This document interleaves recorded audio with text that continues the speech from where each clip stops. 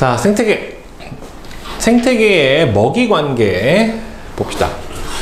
일단은 먹이 사슬이 있고요, 먹이 그물이 있는데, 자 보면은 먹이 사슬, 일단 먹이 사슬이 형성이 되려면 종이 한 종만 있어 가지고는 먹이 사슬이 형성이 될 수가 없죠. 그렇죠? 여러 종이 있어야 되기 때문에 일단 기본적으로 여러 개체균들이 있는 군집이 있어야 되고요. 그래서 군집에서 뭐하고 생산자와 소비자 간에는 생산자, 그 다음에는 1차 소비자, 2차 소비자, 3차, 그래서 최종 소비자 순으로 서로 먹고 먹히는 관계가 성립을 해요. 그래서 먹히는 걸 뭐라고 부르죠? 피식이라고 하고요. 먹는 걸 뭐라고 합니까? 포식이라고 합니다. 그래서 피식, 포식 관계가 성립이 돼요. 그리고 이 먹이사슬 각 단계에서 한 생명체가 차지하는 위치를 바로 뭐라고 불러주냐면은 영양단계라고 불러줍니다. 이거는 이제 생태적 지위에 따라서 영양단계가 결정이 됩니다. 먹이 관계에 따라 전 단계에 해당하는 생물이 가진 에너지의 일부가 다음 단계의 생물로 전달이 돼요. 그러니까 예를 들어서 생산자가 갖고 있는 에너지를 100이라고 치면 이 100이 1차 소비자한테 다 가는 게 아니라 일부만 가요. 왜 그러냐면은 이 생산자도 스스로 뭘 해요? 호흡이나 또는 뭐 낙엽 또는 고사 이런 것들을 통해서 에너지를 소비를 하기 때문에 일부만 가요. 뭐 그럼 얘가 한 30 갖고 오면 얘도 마찬가지로 서로 호흡이나 배설을 통해서 내보내고 나머지 또 일부만 가고 또 다시 일부만 가고 하면서 최종 소비자로 바로 뭐가 계속해서 이동을 하게 됩니까? 에너지가 이동을 하게 되는 거예요. 그래서 이렇게 먹이 사슬이 하나가 형성이 되고 이 먹이 사슬이 여러 개가 있다란 말이에요. 왜? 종이 많다 보니까. 그래서 군집 내에서 생물들은요, 하나의 먹이 사슬이 서로 얽히고 또 얽혀서 복잡한 먹이 그물의 모양을 이루게 돼요. 그러니까 몇 개의 먹이 사슬이 겹쳐져서 먹이 그물의 모양을 이루게 되고, 실제 생태계에서는 이렇게 복잡한 형태의 먹이 그물이 나타나게 되고, 이 먹이 그물이 복잡하면 복잡할수록 어떻게 돼요? 더 안정된 생태계에 해당이 됩니다. 먹이 사슬이 단순하면 좋지 않아요. 복잡해야지 좋습니다. 그리고 여러분들, 물질은 순환하지만 에너지는 순환을 하는 게 아니라 에너지는 흐른다라고 표현을 해줘요. 그래서 에너지의 흐름이다 라고 되어 있죠. 그러니까 에너지는 순환을 하는 것이 아니라 에너지 양이 많은 곳에서 적은 곳으로 한 방향으로 이동을 하게 됩니다.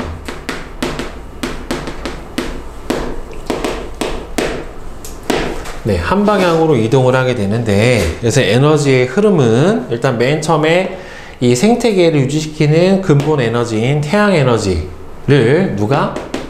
생산자가 받아서 생산자가 유기물을 합성을 하면 이 유기물 속에 저장된 화학 에너지가 바로 소비자한테 전달이 되고, 그럼 소비자의 생활 에너지로 쓰이고, 생활 에너지를 쓰기 위해서는 뭘 해야 돼요? 호흡을 해야 되고, 호흡을 통해서 열 에너지로 방출이 되는데, 그러니까 최종적으로 여러분들,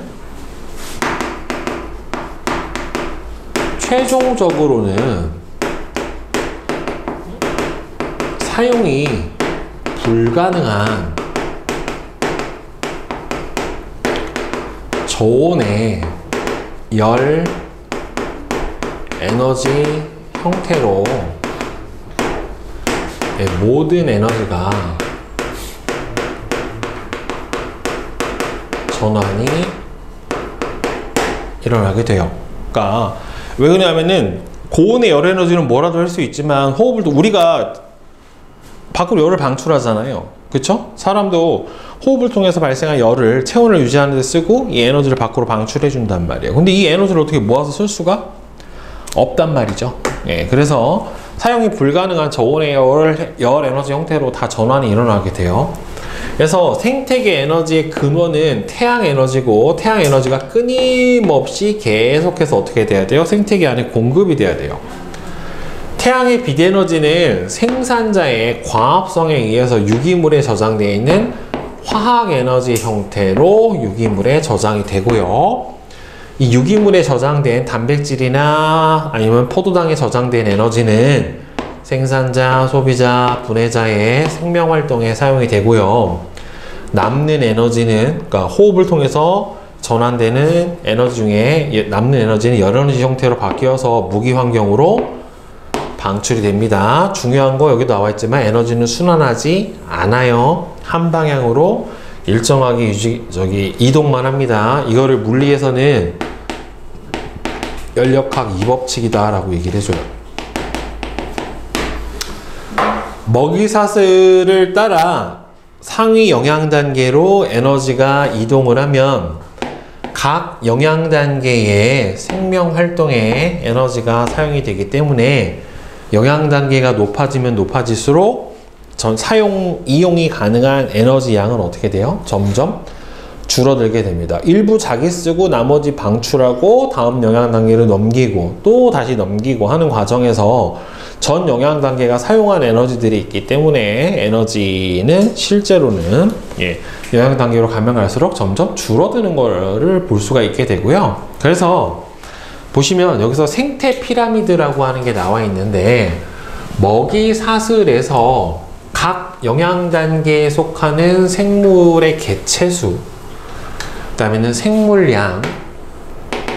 자, 생물량이라고 하는 거는 일정한 공간에 서식하는 생물 전체의 양, 생물 전체의 질량을 무게 또는 에너지 양으로 나타낸 거예요. 그러니까 개체 하나의 질량 곱하기 전체 개체 마리수를 곱해준 값에 해당이 되는 거죠. 자, 그 다음에 에너지 양을 하위 영양단계로부터 위로 쌓아 올린 거를 생태 피라미드라고 하게 되는데, 이렇게 영양단계가 높아지면 높아질수록 생물의 개체수도 점점 줄어들어요. 생산자가 제일 많고 1차 소비자가 그 다음 2차 소비자, 최종 소비자가 제일 적어요. 그 다음에는 생물량도 점점 줄어들고, 그러니까 고차 소비자로 갈수록 몸집 하나는 커지지만은 개체수가 적기 때문에 점점 생물량은 줄게 되고요. 에너지 양도 어떻게 돼요? 줄어들어서 이렇게 피라미드 형태로 나타나게 됩니다. 개체수, 생물량, 에너지가 상위 영양단계로 갈수록 어떻게 돼요? 점점 줄어드는 형태로 나타나게 되어 있습니다. 알겠죠? 자, 그런데 유일하게 해양 생태계는요, 해양 생태계에서 개체수 피라미드를 보면 어떻게 되어 있냐면은 이 최종 소비자보다는 얘가 많아요. 2차 소비자가 많고 2차 소비자보다는 1차 소비자가 많은데 생산자의 양이 적어요. 해양 생태계는 생산자보다 1차 소비자의 개체수가 더 많아요. 이게 왜 그러냐면, 보통 해양 생태계에서 생산자에 해당이 되는 게 바로 누구냐면은 식물성 플랑크톤에 해당이 되는데, 이게 개체수는 적지만 에너지 양을 보면 똑같거든요. 왜 이런 식으로 나타나게 되냐면은 식물성 플랑크톤은 번식 속도가 굉장히 빨라요. 그 번식 속도가 굉장히 빠르기 때문에 개체수는 적더라도 이 양이 어떻게 돼요? 줄어들지 않고 계속해서 어떻게 된다? 유지가 될 수가 있는 거예요. 그러다 보니까 이 식물성 플랑크톤의 개체수는 적지만 에너지 양이 총 저렇게 많게 되는 거는 굉장히 빠른 번식 속도를 보이기 때문에 저런 상태가 계속 유지가 될 수 있는 거다라고 생각을 해주시면 돼요. 알겠죠? 자, 이제 생태계 평형 봅시다. 생태계 평형은, 자, 안정된 생태계 안에서 생물 군집의 종류나 개체 수가 거의 변하지가 않고요. 전체적으로 안정된 상태가 유지되는 거를 바로 생태계 평형이다 라고 얘기를 해요. 자, 이 균형이 깨지지 않은 상태인데, 여기서 이제 중요한 거는 이 생태계 평형에 가장 큰 영향을 미치는 거는 바로 먹이 그물이에요. 이 먹이 그물이 복잡할수록 생태계 평형이 잘 유지가 됩니다. 이게 왜 그러냐면 대체 먹이가 있기 때문에 그래요. 그러니까 예를 들어서 생태계 1을 저 밑에서 나오는 거를 보면, 자, 여기서 이렇게 생태계가 단순해 버려서 옥수수, 메뚜기, 쥐, 뱀, 매인데 만약에 이 상태에서 쥐가 어떤 이유로 인해서 개체수가 확 줄어버렸어요.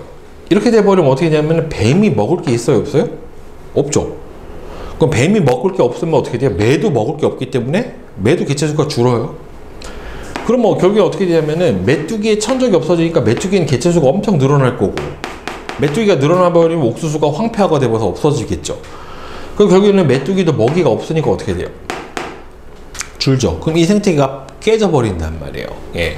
그런데 이렇게 복잡한 먹이 그물이 형성된 상태에서 쥐가 없어졌다고 하더라도 뱀은 쥐 말고도 먹을 수 있는 게 개구리도 있고 토끼도 있잖아요. 대체 먹이가 있잖아요. 그렇죠? 그러니까 이게 먹이 그물이 복잡하면 뭐가 가능해요? 대체 먹이들이 존재하기 때문에 생태계 평형이 쉽게 깨지지가 않는단 말이에요. 즉 생태계 평형이 유지가 되는 원리는 먹이 그물이 복잡하고 안정된 생태계는 어떤 요인에 의해 생태계의 평형이 일시적으로 깨지더라고 하더라도 다시 원상태로 회복하는 회복 능력을 가지고 있어요. 그러니까 여기서 보면은 평형 상태에서 1차 소비자가 일시적으로 늘어요. 확 늘어버리면 먹이가 늘어나니까 2차 소비자는 늘어날 거고 생산자는 양이 줄어들 거란 말이에요. 그러면 생산자가 줄어드니까 1차 소비자가 줄어들 거예요. 왜? 먹이가 없어지니까. 그럼 1차 소비자가 줄면 2차 소비자도 먹이가 줄어드니까 줄어들게 되고 결국엔 다시 어떻게 돼요? 원상태로 회복이 되면서 평형이 어떻게 됩니까? 유지가 될 수 있게 되는 겁니다. 결국에는.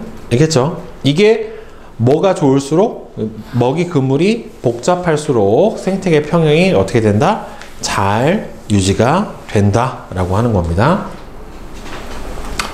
자, 그럼 환경 변화와 생태계를 보게 되면은 환경 변화가 생태계에 미치는 영향은 근데 자연 상태에서 이 생태계 평형을 유지하는 데는 뭐가 있어요? 한계가 있고요. 한계점이 있고 이 한계를 넘는 환경 변화가 일어나면 생태계 평형이 아예 깨져버릴 수도 있어요. 회복 능력 자체가 없어져 버리기 때문에. 그래서 생태계 평형이 깨지는 요인은 대표적으로는 자연재해 등에 의해 생태계 평형이 깨지는 경우도 있기는 하지만 뭐 산불이 일어난다든가 아니면은 뭐 화산이 폭발했다든가 뭐 지진이 일어났다든가 이런 원인도 있지만은 보통은 인간의 활동, 인간에 의해서 생태계가 파괴가 되는 경우가 좀 크죠. 그죠? 자, 그래서 자연재해, 산사태, 홍수, 지진, 화산 폭발 등으로 생물의 서식지 자체가 갑자기 사라져버리고 생태계가 그래서 파괴가 될 수도 있고요. 그 다음에는 인간에 의해서 파괴되는 현상은 대표적으로 도시화가 있어요. 도시. 즉 인구가 증가하고 도시화가 진행되면서 도로랑 도시가 건설되면 숲이 훼손이 되는데 숲은 대표적인 뭐에 해당이 됩니까? 서식지가 되는 거고 이 서식지가 파괴가 되는 거죠. 결국에. 도시 중심부에 세워진 높은 건물로 인해 공기가 잘 순환하지 못해서 여기서 오염물질, 그러니까 대기 오염물질이 쌓이면서 열섬 현상, 여러분들 대도심지가 농촌이나 산촌 지역에 비해서 훨씬 더 어떻게 돼? 더워요. 왜냐면 콘크리트가 열을 흡수했다가 방출하는 것도 있지만 이 도심지 안에서 공기가 잘 순환이 안 되기 때문에 열이 갖춰지는 열섬 현상이 나타나니까 서식 환경 자체가 아예 달라져 버리게 되죠. 그 다음에 토양은 식량을 대량으로 생산을 하기 위해서 농약과 비료를 대량 살포해서 토양 생태계가 파괴돼요. 그러니까 농약이나 비료를 너무 많이 써버리게 되면은 중금속이 축적이 될 수도 있고요. 그 다음에는 토양의 산성화가 일어날 수도 있어요. 그 다음에 농약을 흡수한 작물을 먹는 포유류나 조류 등 토양 생태계와 관련된 여러 생물들의 생장에도 나쁜 영향을 줍니다. 이걸 뭐라고 하냐면 생물 농축 현상이 일어난다라고 해요. 중금속이나 농약에 의한 폐해예요.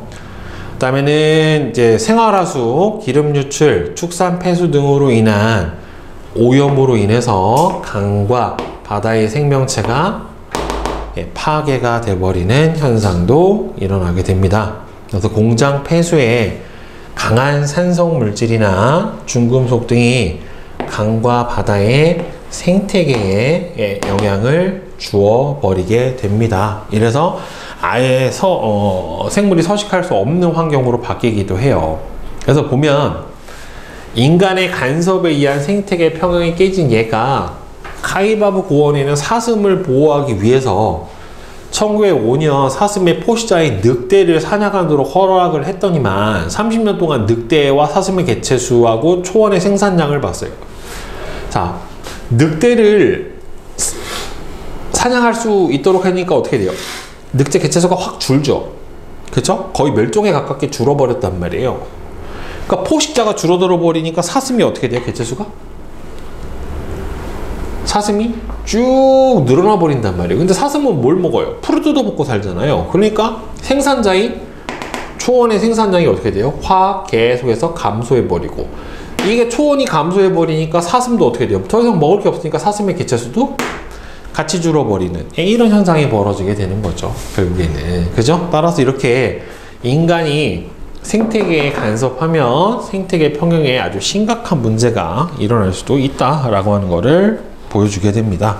그래서 이 생태계 파괴를 막기 위한 여러 가지 노력이 뭐가 있느냐? 일단 첫 번째가 서식지 보호. 동물과 숲을 천연기념물 등으로 지정을 해서 보호를 해서 생태계 평형이 깨지지 않도록 노력을 해줍니다. 뭐 대표적으로 뭐 수달 뭐 이런 것들이죠. 네.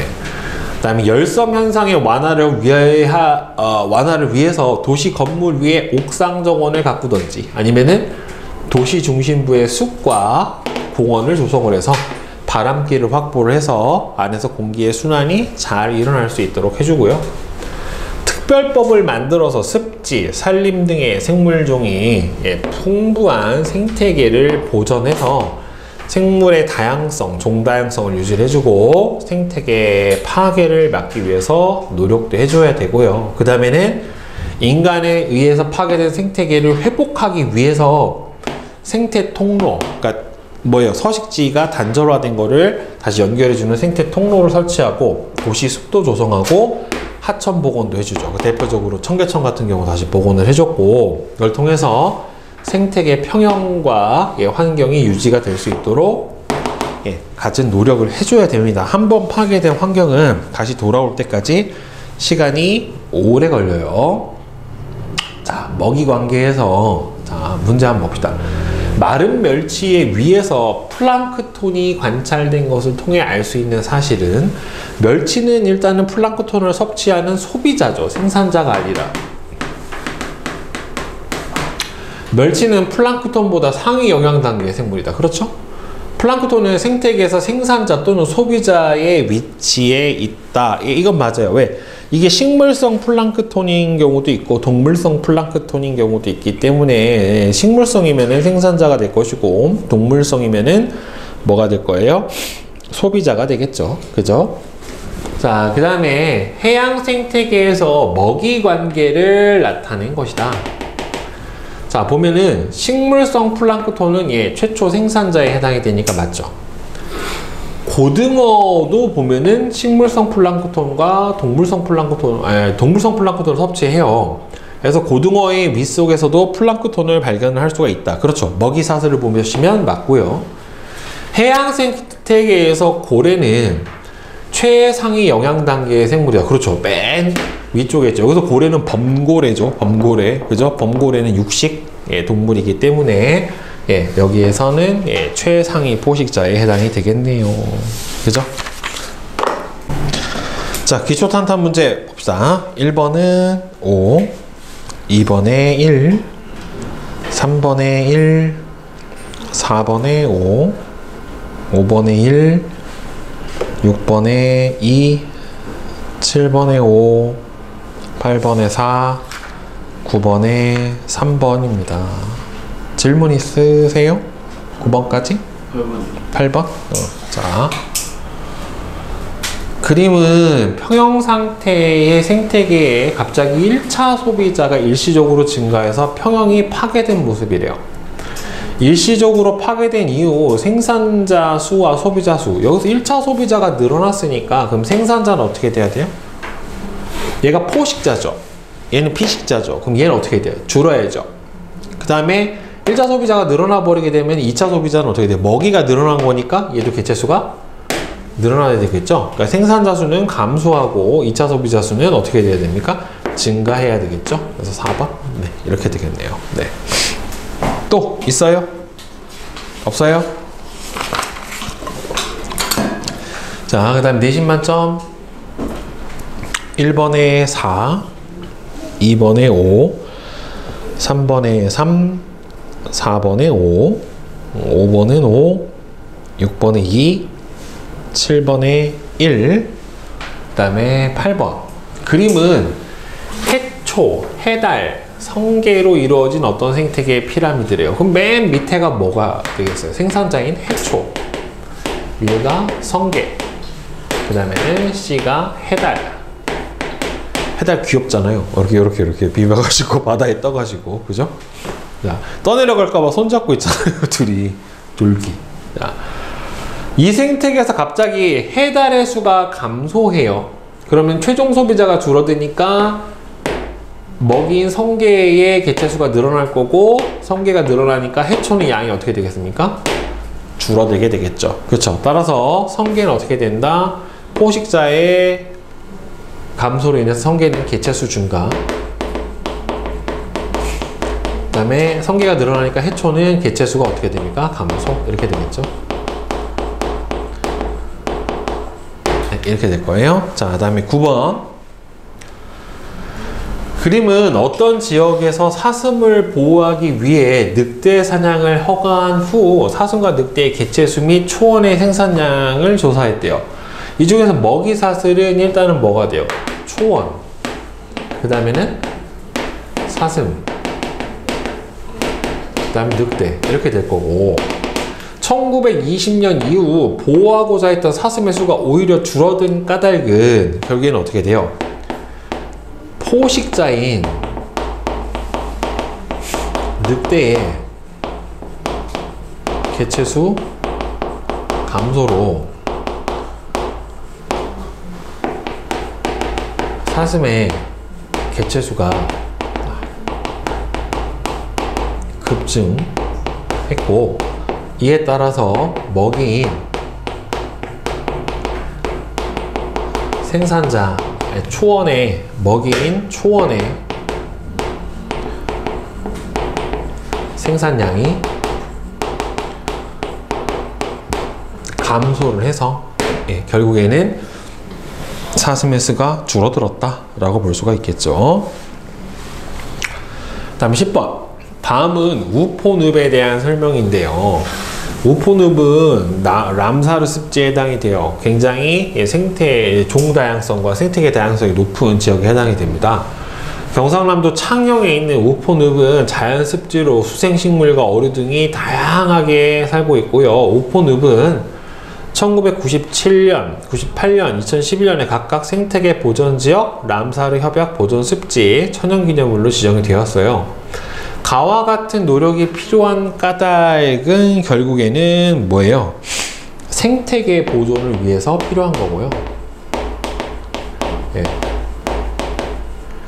생태계 보존을 위해서 필요한 거고, 그리고 이 생태계를 보존을 해야 뭐가 돼요? 생물의 다양성이 유지가 돼서 결국에는 생물 다양성 유지를 해서 생태계 평형이 유지가 되는 거죠.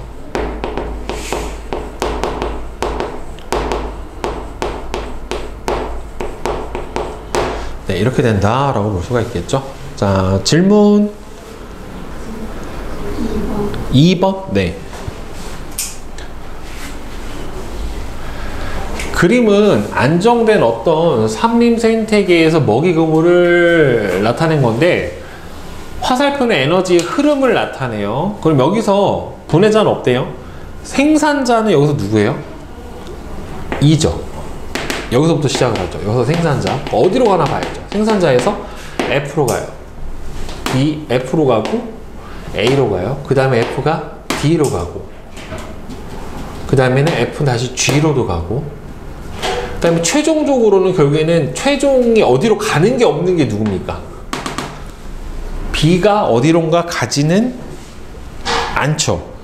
그죠? 그리고 또 B가 먹히는 부분이 있냐 없냐 여기서 B가 먹히는 부분이 여기서 보면 B 아니면은 I 둘 중에 하나로 해석을 해볼 수가 있는데 여기서 D가 B로 가요. 근데 D가 H로도 가는데 이 H를 먹는 애가 누굽니까? I죠. 그러니까 얘가 얘를 먹지 않을 뿐이지 여기서 최종 소비자는 왜 그러냐면은 얘가 B도 먹고 H도 그러니까 둘이 영양 단계가 어떻다라고 볼 수 있어요. 비슷하다라고 볼 수가 있거든요. 영양 단계가 둘이 비슷한데 최종적으로 I는 H를 포식을 하게 되니까 최종 소비자는 여기서 I다라고 볼 수가 있겠네요. 그러니까 여기서 B하고 H가 영양 단계가 유사하다라고 볼 수 있겠네요.